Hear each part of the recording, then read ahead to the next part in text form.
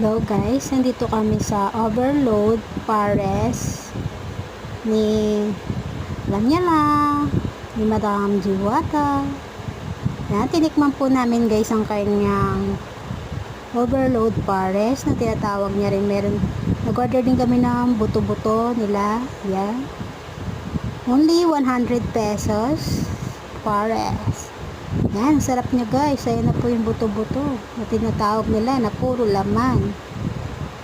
Yan.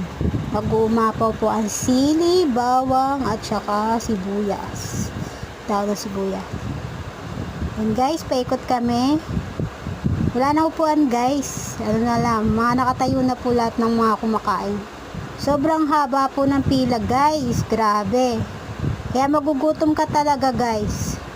Yan, may libre po siyang soft drink, saka only rice guys. Yan.